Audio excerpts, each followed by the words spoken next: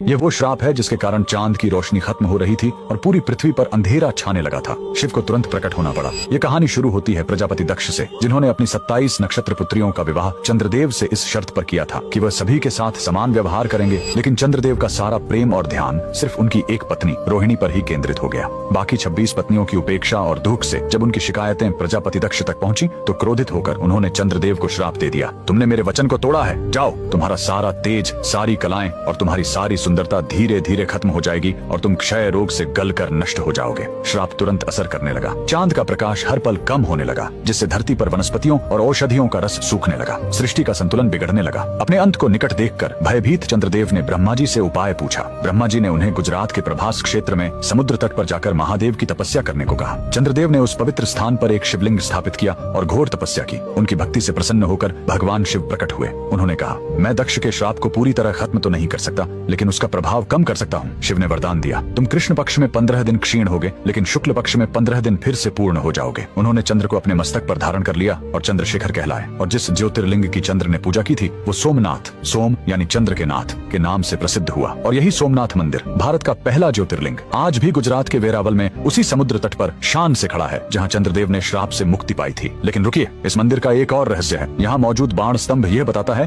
कि यहाँ से लेकर दक्षिणी ध्रुव तक समुद्र के रास्ते में कोई जमीन नहीं है। भगवान शिव के भक्त कमेंट में हर हर महादेव जरूर लिखें।